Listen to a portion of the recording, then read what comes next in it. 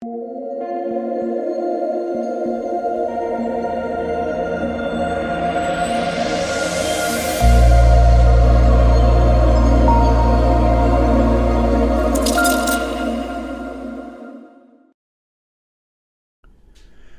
what is going on, guys? DK. Back at you with another video here to bring the Thursday Night Football Showdown slate between the Dallas Cowboys and the New Orleans Saints. We have a lot of question marks in this one, so we will go over all of that. We also have a millionaire maker, so that's exciting. I think this is either $10 or $15 entry or $20 entry, $1 million up top. If you guys are unable to watch these videos, I also upload on Apple Podcasts. Link down below. It's called the DK DFS Show. And if you're interested in signing up for premium content, now is the perfect time, beginning of the month. I offer an NFL and NBA package where we cover the showdown slates as well as the main slates. The sponsor of the video is Prize Picks. Prize Picks, if you're not familiar, is a player prop site where you pick 2 to 5 players and can win up to 10x your money. So the board for tomorrow, again, there's a lot of question marks. So I don't have the Saints running backs up yet. But like, for example, Dak Prescott is projected for 19.5 fantasy points. You either take the under or the over. Or you can go over to single stat and take over-under on like straight up passing yards, rushing yards, receiving yards. You can go to receptions, passing touchdowns, completions, even interceptions. So a lot of different ways you can play. You can also mix and match sports. They have college basketball, golf, esports, basically everything you can think of. So if you guys want to try out Prize Picks, make sure you sign up and use my code DKDFS. It's DKDFS, all one word, and you'll get a 100% match up to $100. Okay, so, and finally, I want to thank you guys again for all of your support. Make sure if you do enjoy the NFL videos to hit the like button, subscribe, and hit that notification bell. So as I said, there's a lot of question marks on the slate. They took down the Vegas total. I believe it was 47 before, but right now I don't see it up. So let's go over snap counts for each of these teams really quick. Last game for the Cowboys, Zeke played 64% of snaps. Pollard played 42%. You also saw Zeke get banged up. Now, apparently he's fine. They're going to give him a full workload, I guess. So we really thought they would maybe take it easy on his workload to give him a day or a week or two off and just let Tony Pollard be the bell cow. But sounds like he's going to be normal workload for Zeke Elliott. At wide receiver, so this game was without CeeDee Lamb and Amari Cooper. CeeDee Lamb is back. Amari Cooper is expected to be back. So I expect these snaps to obviously go down for these guys. I would think, Amari and CeeDee go back to playing almost the entire game with Gallup right up there as well. So those three should be the top wide receivers. Cedric Wilson, probably the number 4 wide receiver, might play a little bit. But yeah, a guy like Noah Brown, no interest. Malik Turner probably doesn't play, so the snaps should be a lot different tomorrow for the Dallas Cowboys. And at tight end, Dalton Schultz played 96% of the snaps. No real surprise there with Blake Jarwin still out. On the Saints side, so we have to keep an eye on Kamara. Last game they used a combo of Tony Jones and Ty Montgomery. That did not go well at all. But Ingram is back. Kamara is questionable. I've seen some people think he's more probable. I saw one report just about an hour ago saying he's more on the doubtful side. We will have to see. At wide receiver, Trequan Smith played 79% of the snaps. Callaway 60%. Deontay Harris 40%. Montgomery got some snaps. Again, that was basically all at running back. Lil Jordan Humphrey also played 47% of the snaps. And at tight end, Juwan Johnson played 42%. Griffin played 32%. And Vanette played 37%. Okay, so we'll start off with the Cowboys, a little bit more straightforward on what's going to happen here for Dallas. So Dak Prescott at the top at 11-8, I think is a very safe option. He does have a little bit of rushing upside. I'm much more confident in Dak Prescott than I am Taysom Hill. So I think Dak is a super, super safe play there at the top. Zeke Elliott's 10-8. I don't love this price the way he's looked recently, but I still think he's viable, right? Again, they expect to handle a serious load.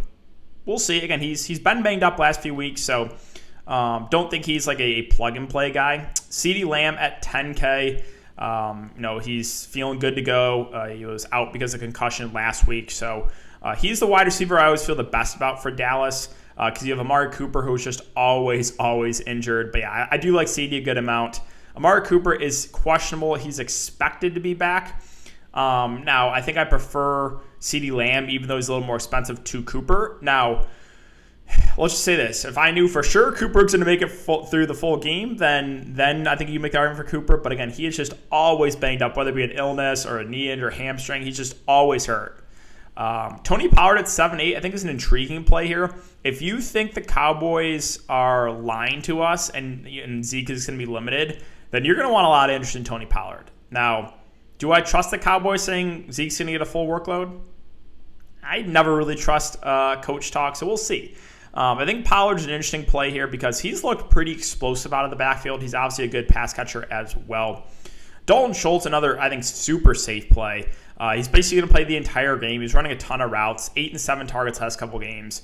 Very, very safe option in the mid-range. Michael Gallup at 6'8 does take a little bit of a hit with Amari Cooper and CeeDee Lamb coming back. But he still should play a majority of the game, and he's at a much cheaper price point than those other two receivers. Going down a little bit more, so Cedric Wilson, okay, they just ruled him out of this game. So if you look at the depth chart for Dallas, and you see, again, Cedric Wilson's number 4 wide receiver, so Noah Brown then probably becomes a viable punt play. He is at $600. He did have 6 catches and 9 targets last week, but again, that was without the top 2 wide receivers. So a little bit of interest in Noah Brown. Now, if Amari Cooper can't go, then he'd become a really good value because then I would expect Noah Brown to actually be a starting wide receiver. So monitor the status there. Again, I missed this one to Cedric Wilson earlier that he is ruled out. So Brown will be the number 4 wide receiver, possibly the number 3 if Amari Cooper can't go. Again, though, I expect Amari Cooper to play. Sean McEwen trolled me and caught a touchdown on Thanksgiving when I had Dalton Schultz. You also had a touchdown call back for Dalton Schultz. Just all pain. You can use him in a large field tournament, but it's not something I'm confident in at all. And that's really it for the Cowboys. So let's move on to the Saints. This is where it gets... Saints are much more tricky to try to figure out. So Kamara is at the top. He's questionable. Again, I saw some reports more on the doubtful side. I saw some reports he's more on the probable side. He's been a limited participant in practice all 3 days. So, just knowing that information, I would think he plays. But, yeah, we'll have to see. So if Kamara plays and there's no limitations, I like him. If he plays and is limited, he's definitely a risky option. And if he misses... then we can look to Mark Ingram at 5K, who I think becomes one of the better plays at his price. Would expect him to kind of be the bell cow back. Very involved in the passing game, so would really like Ingram there if Kamara can't go. And then we have news that Taysom Hill is going to be the starting quarterback. He's been dealing with a little bit of an injury. I think it's, his heel or something? What is it? His foot. So there is some concern of this health, but the positive of Taysom Hill is he's got the rushing upside, right? So he does bring that floor. He's not the best passer, but if he's going to be running the ball a decent amount, I have some interest in Taysom Hill, only 9.6K. Obviously, Dak Prescott's a much safer option at quarterback, but if you're going to get Taysom Hill running 10-plus times in this game, then that does raise his floor. Now, what we saw in the preseason was when he was playing quarterback, we didn't really see him run much. So we'll see what the game plan is for Taysom Hill, how they're going to use him. Is he just going to be a pocket passer, or are they going to use him kind of like last year where he can definitely run the ball, be dual threat? And then, Simeon, obviously not expected to play with Taysom Hill getting the nod there. At wide receiver, so with Taysom Hill playing quarterback, maybe a small downgrade. I don't know. Trevor Simeon's not great either. Callaway is 6.4K, 4 targets each of the last 3 weeks. Again, playable. I don't love it. Trequan Smith at 5'6". I believe, again, he played the most, right? Yeah, he played 79% of the snaps. He's also a little bit cheaper.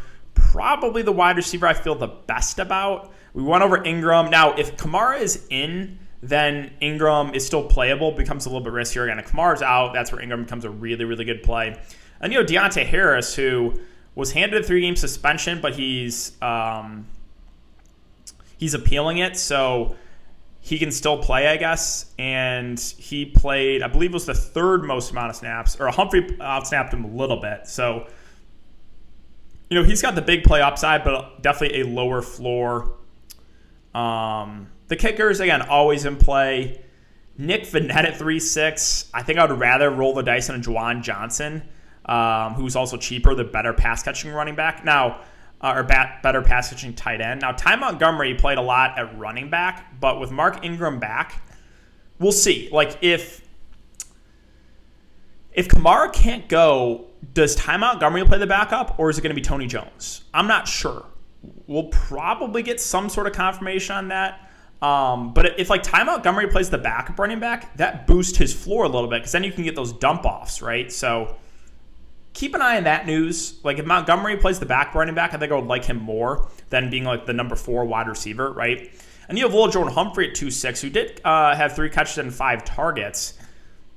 I think he's viable, but definitely, probably the riskiest of the Saints wide receivers. I mentioned Juwan Johnson. He's only 1.4K. Now, the positive here is he saw 42% of snaps. The negative, no targets. But again, he is their best pass-catching tight end. So at only 1.4, I think he makes for a decent punt play. And then a guy like Tony Jones, who was not great last game at 16 carries, 27 yards. We'll see. If there's no Kamara and we get news he's going to play the backup running back, then I have some interest in him. But if they're going to go to Ty Montgomery as the backup, then I don't think Tony Jones sees the field. And that's probably it. Like Garrett Griffin got some snaps at tight end, but again, I think I would just rather go to Juwan Johnson if I'm going to play one of those Saints tight ends. So yeah, guys, that's going to do it for the video today. Again, if you have been enjoying the NFL content, make sure to hit the like button. Let's try to aim for 100 likes on this video. I would really appreciate that, guys, because every single like does allow me to get more viewers on these videos. Subscribe and hit that notification bell as always. But thanks again, guys. Have a great night, and I will see you in the next one.